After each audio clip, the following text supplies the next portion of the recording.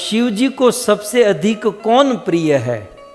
यदि इस बात के बारे में जानना चाहते हैं तो हे शिव भक्तों, भागवत का ये श्लोक देखो।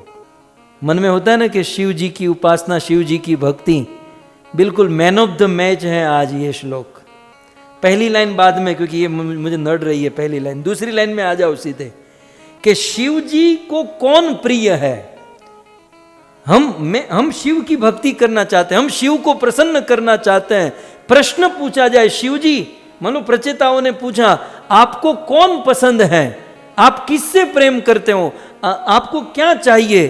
तो दूसरी लाइन में शिव जी कहते हैं, भगवंतम वासुदेवम, भगवंतम वासुदेवम प्रपन्ना सप्रियो हि मैं, प्रपन्ना सप्रियो ही मैं। शिव जी कहते हैं भगवंतम वासुदेवम, हे प्रचेताओ, भगवंतम, भगवान, कौन भगवान? वासुदेवम, भगवान वासुदेव के प्रपन्न, प्रपन्न माने शरणागत, भगवंतम वासुदेवम, भगवान वासुदेव के प्रपन्न शरणागत जो भक्त है, स वो भक्त प्रियो, मुझे प्रिय है।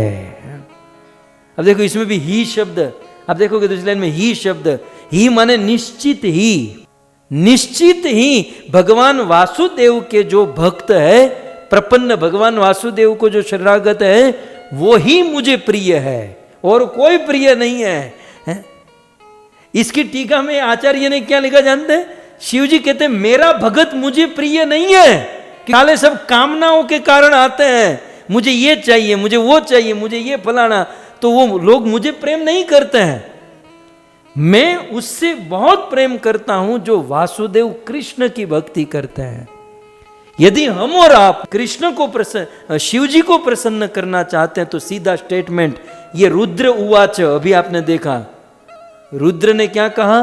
भगवंतम वासुदेवम, वासुदेव भगवान के प्रपन्न शरणागत जो है, सप्रियो, वही मुझे प्रिय है, मैं वही मुझे प्रिय है। तो शिव जी को भगवान वासुदेव, भगवान श्री कृष्ण के भक्त बहुत प्रिय है। वो ब्रज की कथा याद है ना? ब्रज में गोवर्धन की तलेटी में शिव जी के मंदिर में सनातन गोस्वामी भजन करते थे, भगवान का नाम जप कीर्तन आदि करते थे। तो एक दिन सनातन गोस्वामी हमारे आचार्य बोरिया बिस्तर लेकर चलने लगे, तो शिव जी प्रकट हो गए, बोले महाराज आप हमें छोड़कर जा रहे हो? बोले हाँ। बोले यहाँ रहो, क्योंकि कोई कृष्ण का भक्त मेरे साथ मेरे पास रहता है तो मुझे बड़ा आनंद आता है। सनातन ने कहा कि मैं तो रहूं, लेकिन तुम्हारे यहाँ मच्छर बहुत है, ये मच्छर को खुजाऊं कि भगवान का नाम जप करूं? शिव जी ने कहा मच्छर से परेशान हो, चलो मैं वरदान देता हूं कि यहां पर एक भी मच्छर आज के बाद आप नहीं देखोगे। 500 वर्ष पहले की बात है, आज भी हम देखेंगे वहां पर कोई मच्छर नहीं है। सारे मच्छर ने उस दिन से ट्रेन पकड़ी और सब लोग मुंबई आ गए और 80% मीरा रोड में रहे और बाकी 20% बोरीवली कांदीवली में सेट हो गए। अब तो सबकी लाइफ सेट है, उनके बच्चे के बच्चे भी हो गए हैं। तो ये मच्छर की कथा थी। सो कहने का अर्थ यह है कि भगवंतम वासुदेवम प्रपन्न स ही प्रिय मैं। बहुत सुंदर बात, वासुदेव कृष्ण के भक्त ही मुझे प्रिय है। मुझे मेरा भगत प्रिय नहीं है, मुझे कृष्ण का भक्त, राम का भक्त मेरे भगत से भी ज्यादा प्रिय है। तो अब मुझे कहिए, शिव जी को प्रसन्न करना है तो किसकी भक्ति करनी चाहिए? शिव जी कहते हैं मुझे मेरा भगत प्रिय नहीं है। रावण मरा, शिव जी देखने को भी नहीं आए, वो उतना प्रिय नहीं है। लेकिन हां, वासुदेव राम और कृष्ण की भक्ति करने वाला भगत मुझे बहुत प्रिय है। ये शिव जी का कथन है। क्यों? क्यों? कथम भूतम वासुदेवम, क्योंकि वासुदेव की महिमा है। अब पहली लाइन लीजिए, अब पहली लाइन को थोड़ा सा, क्योंकि वासुदेव कैसे हैं, तो ये पहली लाइन में वासुदेव भगवान कृष्ण की दो विशेषता बताई। पहली, भगवान वासुदेव कृष्ण परम रमहस, आप श्लोक में देख सकते हैं, यह परम ब्रह्मस। परम ब्रह्मस माने प्रकृति से श्रेष्ठ। वासुदेव कृष्ण जो है प्रकृति से श्रेष्ठ है, उत्तम है। माने ये प्रकृति जो हम जिस प्रकृति में रहते हैं उस प्रकृति में उत्तम है, श्रेष्ठ है। और दूसरी विशेषता, परम त्रिगुणात जीव संगीतान, अर्थात त्रिगुणात, 3 गुण सत्व रजस तमस में बंधा हुआ जो जीव है, उस जीव से वे परम, वे श्रेष्ठ है। माने संसार में सत्व रजस तमस में जो फंसे हुए जीव, माने पुरुष जितने भी लोग हैं, उन सब से उत्तम है भगवान वासुदेव कृष्ण।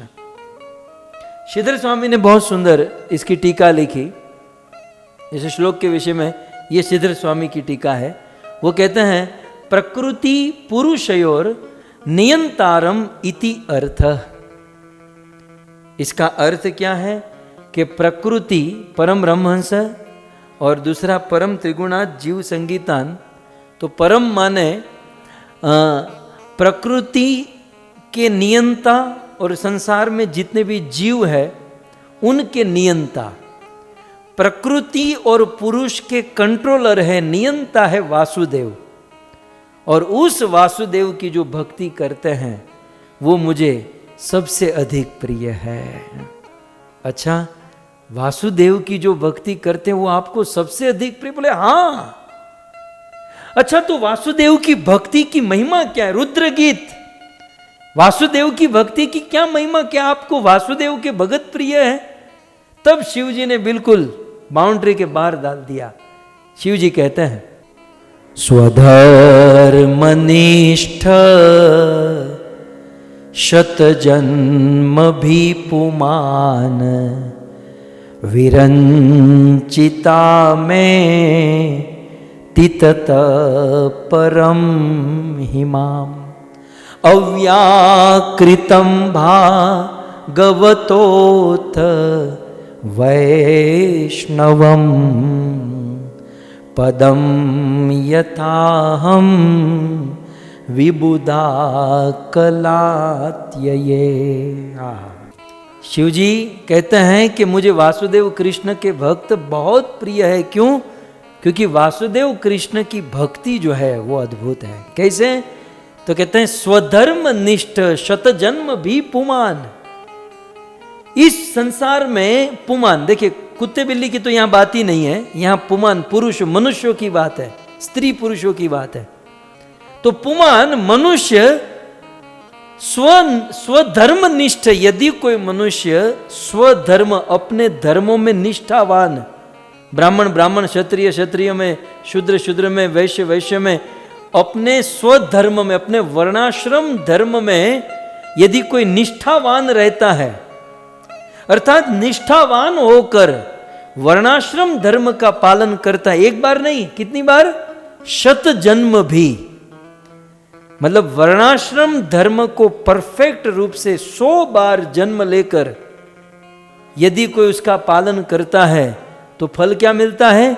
विरंचिता मेति, वो ब्रह्मा के पद को प्राप्त करता है। 100 वर्णाश्रम धर्म का पालन कर, हमारा तो चांस ही नहीं है, आप लोग को तो होगा भाई, आप तो बिल्कुल सब परफेक्ट है।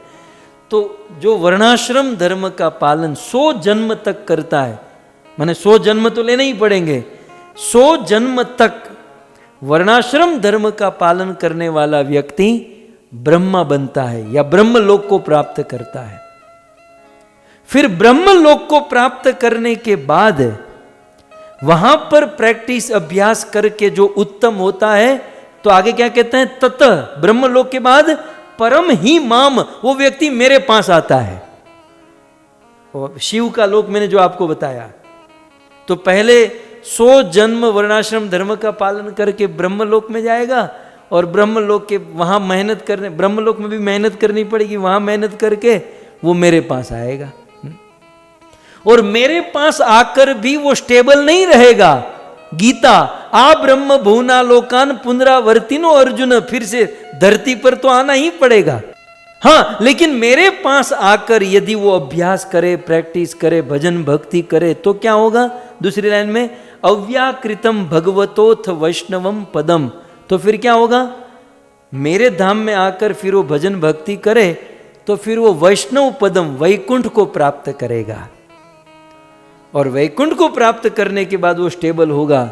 लेकिन वो स्टेप कैसा है? पहले 100 जन्म वर्णाश्रम धर्म, फिर वर्णाश्रम धर्म के बाद ब्रह्मलोक, ब्रह्मलोक के बाद मेरी भक्ति, मेरी उपासना, वो सब मेरा करने के बाद परफेक्शन होंगे, और फिर वैष्णव पद को प्राप्त करेंगे। वैष्णव पद को प्राप्त करने के बाद वैकुंठ को प्राप्त करेंगे। तो ये प्रोसेस है।